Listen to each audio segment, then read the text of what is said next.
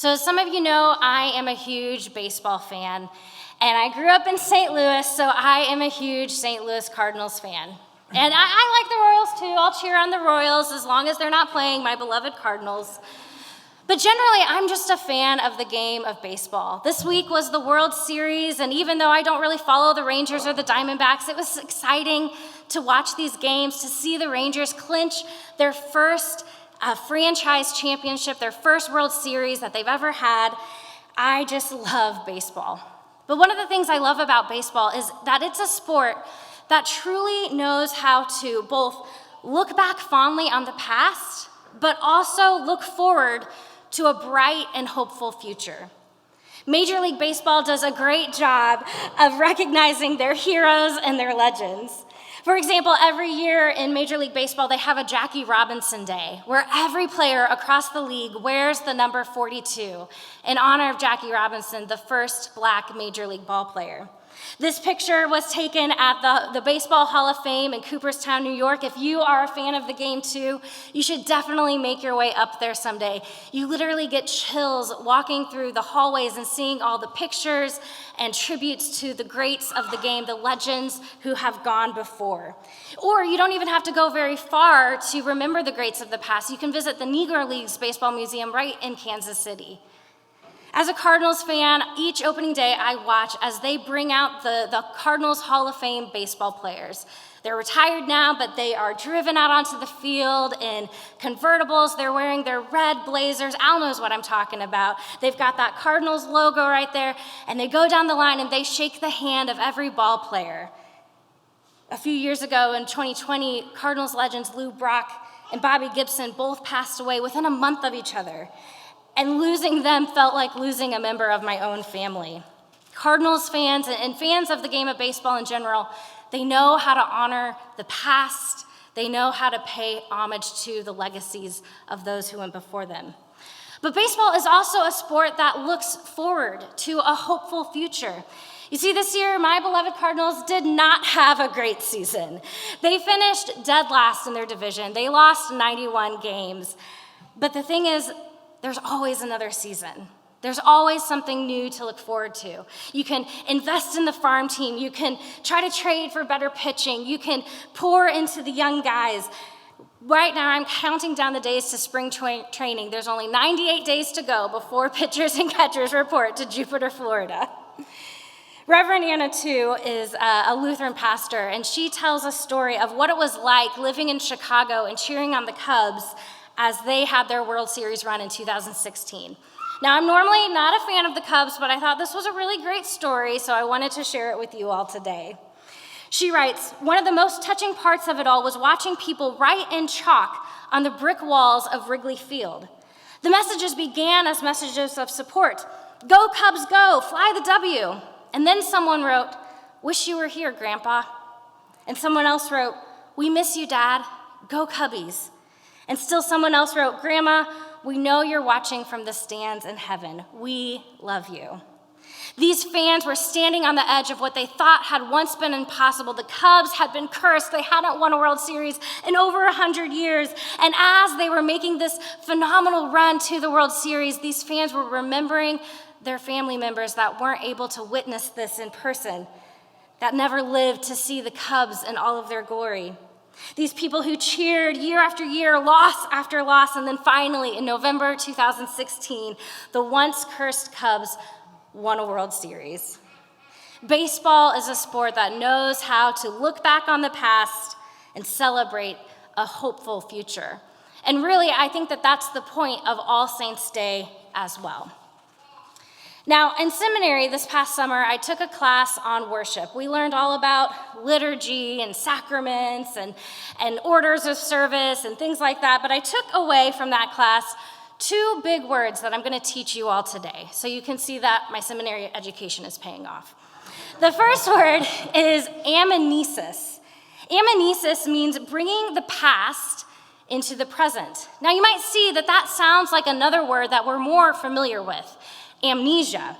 Now, amnesia is not remembering something that you did experience, but amnesis is kind of the opposite. It's remembering something that you did not actually experience yourself. So let me explain. For example, during communion, every time we participate in the Lord's Supper, we are remembering this Last Supper that Jesus had with his disciples. We are remembering Jesus Christ when we take the cup and we eat the bread. Jesus even commanded us, eat this bread and drink this cup in remembrance of me. Now, were any of us actually there at that Last Supper? No, but through amnesis, we can bring that past into our present. We also practice amnesis anytime we share stories of our loved ones who have gone before. I know that my family shares stories of my great-grandparents, my great-great-grandparents. These are people that I never really even knew. They died before I was born, or I was too little to remember them when they passed away. But we practice amnesis when we recall that past, and we bring it into the present every time we recount these stories and their memories. Now, the second seminary word is kind of a little similar but different. It's called prolepsis, and that is bringing the future into the present. This is a hopeful anticipation of what is yet to come. We practice prolepsis every time we, plan a wedding and we're looking forward to that wedding celebration. We practice prolepsis every time we are looking forward to the birth of a new baby. We are celebrating a hopeful future in the present moment. As Christians, we speak about the resurrection with the assurance that it will happen one day. We all will experience victory over death. We will live with Christ forever. Now, that day is not today, but we hopefully anticipate this future. We, again, also practice prolepsis during communion. In communion, we are looking forward to that day when we will be gathered together with all the saints when Christ comes in final victory and we feast together at his heavenly banquet. In this way, communion is kind of like a dress rehearsal. Now, you all know what a dress rehearsal is. Choir people, you probably know what a dress rehearsal is. It's when you treat the final practice or the final rehearsal before the performance as if it's the real thing. You make sure that you put on your costumes, you have your makeup, you know all your lines, you hit all your cues. This is the last chance to tweak anything before opening day. Communion is a dress rehearsal for what is yet to come. We gather around this table in hopeful anticipation of that day when we will gather with all of God's people, those who have died and those we have yet to meet. So amnesis and prolepsis, bringing the past into the present and drawing the future into today. Remembering the past and looking forward to what is yet to come. Now, of course, the Bible does a great job at both of these things of remembering the past and anticipating a hopeful future. In Hebrews chapter 11, we have this litany of all the great Jewish saints. Noah and Moses and Abraham and Sarah and David and Jacob and so many others. This chapter recounts the ways that they have loved God, served God faithfully and to the death, despite the persecution and the suffering they were facing. It's the author's own kind of memorial role of the saints who have gone before, just as we read in worship today, the saints of our community who have gone on before. But then the author begins chapter 12 with those words we read a few moments ago. Therefore, since we are surrounded by such a great cloud of witnesses, let us also lay aside every weight and the sin that clings so closely, and let us run with perseverance the race that is set before us.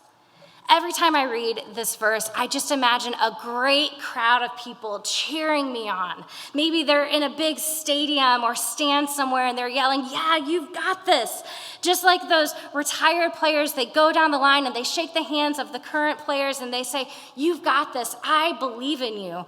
Those saints of the past are telling us, "You've got this. I believe in you." In general, the Israelites in the Bible, and even Jewish people today, they do a really good job about remembering the past.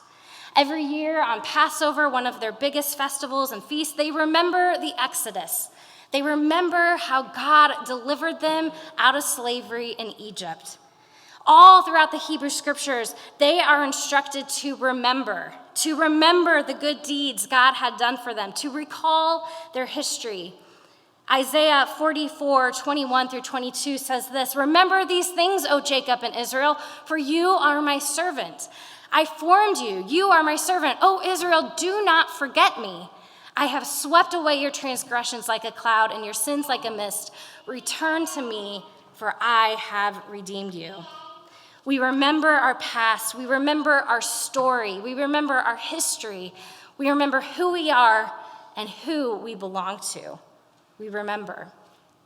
But then at the end of the Bible, we have this book that's somewhat strange, a little bit mystical to some of us, but it's a whole book dedicated to looking forward to a hopeful future, Revelation. Now, this book, sometimes we read it and we think it's a little bit scary. We aren't sure what's going on, but the overall message of Revelation is one of hope. The message of Revelation is that God wins in the end. In Revelation, John sees this vision of a great crowd of people, too many people to count, and they're all standing before Jesus' throne. In this vision, John sees the saints who have gone on before to be with God. John sees all these people gathered around now in resurrected bodies that are made whole, that are no longer sick, that are no longer diseased. They are wearing beautiful, clean robes. They have completed their hardships, and now they worship God free from pain, free from suffering, free from hunger or thirst, free from sadness and sorrow. They no longer suffer, but instead they worship God continually in God's presence forever. So in Revelation 7, we have a beautiful vision of what is yet to come. But of course, we know that that world is not what we see today. When we look around, we see that wars continue to rage with ever-increasing frequency. Russia and Ukraine have been at war for over a year. There is unrest in the Middle East yet again between Israel and Palestine and Hamas, and it's so muddy and murky we don't even know what else is going on.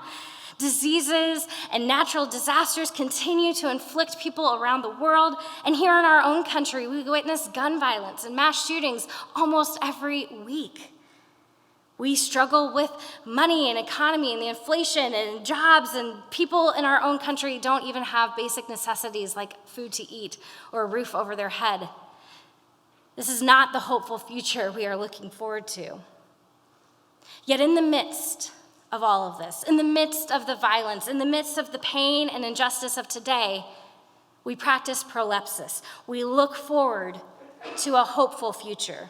That day when Christ will come and restore this world to order, bringing God's kingdom to fullness. When God will wipe away every tear from our eyes, when death and dying will be no more. A time when wars and plagues and famines and disasters will cease, when dictators and evil rulers will be overthrown, and we look forward to that day when we too will all worship together in God's presence, alongside our loved ones, alongside the saints who have gone before us. We remember the past, and at the same time, we look forward to God's hopeful future. And here's the best part of all of it. We get to be a part of building that hopeful future today. We stand in a long line of saints who have gone before us, and we get to build upon the foundation that they have already laid. We get to continue the hope that they began. Again, Reverend Anna too writes, "We stand on the edge of the impossible. We remember our loved ones in the past and hope for the best in our futures, knowing that our loved ones are a part of that future too, because they helped to build it brick by brick. And we're here to figure out what we can do and what we can be together and what God will do among us." Now, another confession, I'm not only a Cardinals fan, but I'm also a big Taylor Swift fan. And I'm actually surprised. I've been your pastor now for almost a year, and I haven't yet referenced Taylor Swift in one of my sermons, but here you go. One of Swift's songs from her 2020 album, Evermore, is called Marjorie. It's about her grandmother, Marjorie Finley. Marjorie died 20 years ago when Taylor Swift was only 13 years old, but Marjorie was also an opera singer who helped inspire Taylor to write music, to pursue a career in the music industry. And so in this song, Taylor sings as if singing to her grandmother, "If I didn't know better, I'd think you were talking to me now. If I didn't know better, I'd think you were still around. Because what died didn't stay dead. You're alive, so alive, and I still feel you all around." And there's this really cool part of the song where you hear these ethereal background vocals, and those are actually sung by Marjorie herself. Taylor and her producers pulled off some of Marjorie's singing from one of her opera records, and they actually inputted into this song. And so then when Taylor goes to sold-out stadiums around the world to sing this song, Marjorie, she's literally singing along with her grandmother. And I imagine Marjorie is just cheering her on as a part of that great cloud of witnesses. Every time we gather for worship, every time we gather around this communion table, we are both looking back to the past, remembering those who have gone before us, and looking forward to God's hopeful future. We gather with those saints who have gone before us and the saints who surround us today. We might even feel that great crowd of witnesses all around us, as if they were talking to us now, as if they were cheering us on, pulling us forward into God's great future. We are rehearsing for that day when we will one day gather at Christ's heavenly banquet table, that day when God will make all things new.